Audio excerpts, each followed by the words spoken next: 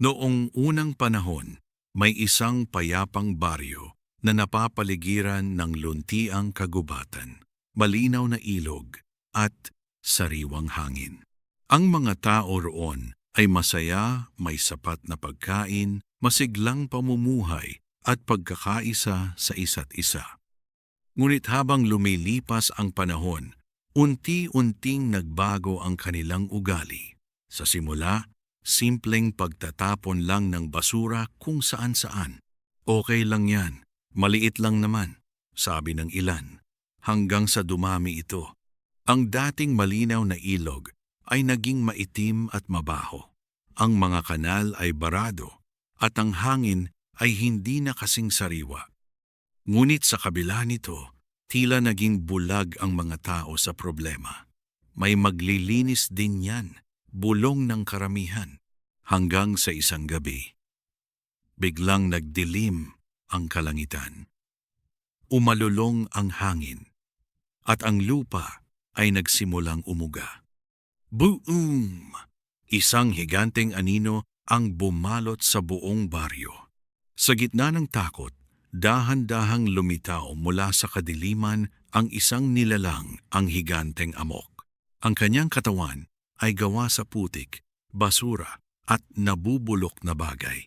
Ang kanyang amoy ay kayang magpatumba ng kahit sinong malapit. At bawat hakbang niya ay nag-iiwan ng mas marami pang dumi. Nagsimula siyang maglibot sa baryo. At sa bawat maruming sulok na kanyang makita, lalo siyang lumalakas. Ang mga tao ay nagsigawan. Ang mga bata ay umiyak. At ang takot ay mabilis na kumalat sa buong pamayanan. Sa gitna ng kaguluhan, nagtipon ang mga tao sa liwasan. Humarap ang kanilang lider matapang, ngunit bakas ang pag-aalala sa kanyang mukha. Ano ang dapat nating gawin? Sigaw niya. Maya-maya, isang matandang lalaki ang lumapit. Mabagal ang kanyang hakbang, ngunit matalim ang kanyang mga mata. Hindi niyo ba napapansin, sabi niya, ang dumi na ng ating paligid kapag ating pinabayaan, iyon ang kanyang magiging lakas. Hanggat marumi ang ating paligid, mananatili si Amok at lalo lang siyang lalakas. Parang kidlat na tumama sa isipan ng lider ang katotohanan. Dahan-dahan niyang itinaas ang kanyang kamay. Kung ganoon, tayo rin ang solusyon. Sa sandaling iyon, nagsimula ang pagbabago. Kinabukasan, hindi espada ang hawak ng mga tao, kundi walis, pala at timba. Ang mga kalalakihan ay naglinis ng mga kanal. Ang mga kababaihan ay nag-ayos ng mga bakuran. At ang mga bata ay masayang natutong magtapon ng basura sa tamang lugar. Araw-araw, sama-sama silang nagtrabaho. Sa bawat basurang nawawala, unti-unting humihina si Amok. Ang dating maitim na ilog ay muling luminaw. Ang hangin ay muling naging presko. At ang baryo ay muling nabuhay. Hanggang sa isang araw, bumalik si Amok. Ngunit iba na ang kanyang itsura.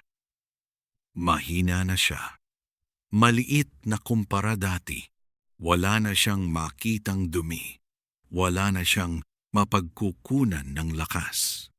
Humarap sa kanya ang lider, ngayong wala ng takot. Hindi ka na nababagay dito, sabi niya.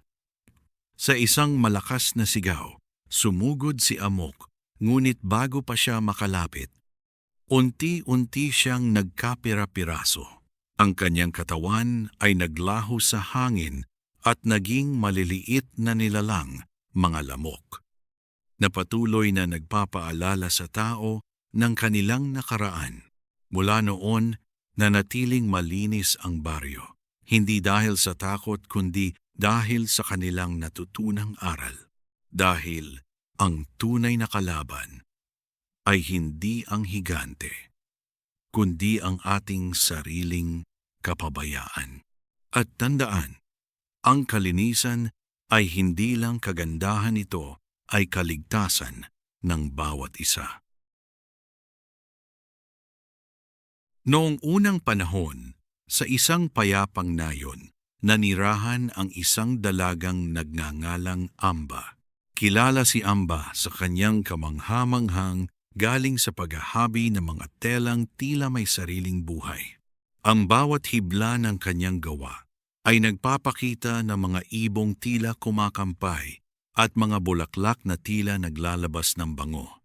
Dahil dito, dinadayo siya ng mga mangangalakal mula sa malalayong kaharian, dala ang saku-sakong ginto para sa kanyang sining.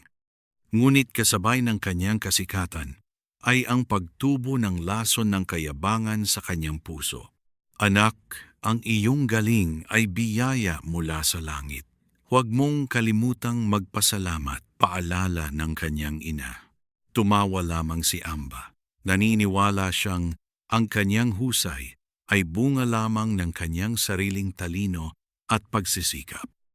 Isang hapon, sa gitna ng matinding sikat ng araw, isang madungis na matandang babae ang kumatok sa kanyang pintuan. "Umalis ka rito! Hindi ko kailangan ng mga pulubi sa aking tahanan," bulyaw ni Amba sa matanda. Hindi natakot ang matanda. Hinamon niya si Amba na patunayan ang kanyang galing laban sa reyna ng mga diwata. Biglang nagliwanag ang buong paligid. Ang madungis na matanda ay nagbagong anyo at naging si Magayon, ang diwata ng sining. Nagsimula ang isang epikong paligsahan. Humabi si Magayon gamit ang mga sinag ng bituin at mga ulap. Ipinakita ng tela ni Magayon ang ganda ng pag-ibig at sakripisyo, habang ang kay Amba ay puno ng panlalait sa mga Diyos. Sa isang kumpas ni Magayon, ang tela ni Amba ay naging marumi at malapot na parang laway. Dahil sa iyong labis na pagmamataas, habang buhay kang maghahabi sa dilim, sumpa ng diwata. Ang katawan ni Amba ay umurong, ang kanyang mga braso at binti ay naging 8, at ang kanyang tinig ay nawala. Doon isinilang ang unang gagamba, na hanggang ngayon ay matiyagang naghahabi ng sapot sa mga sulok ng ating tahanan. Ang alamat ni Amba ay isang paalala na ang talento ay isang biyayang dapat laging may kaakibat na pagpapakumbaba. Tandaan, ang tunay na kagandahan ay hindi lamang nakikita sa gawa ng mga kamay, kundi sa kabutihan ng puso. Ang bawat hibla ng sapot ay paalala na ang galing ay dapat laging may kaakibat na pagpapakumbaba.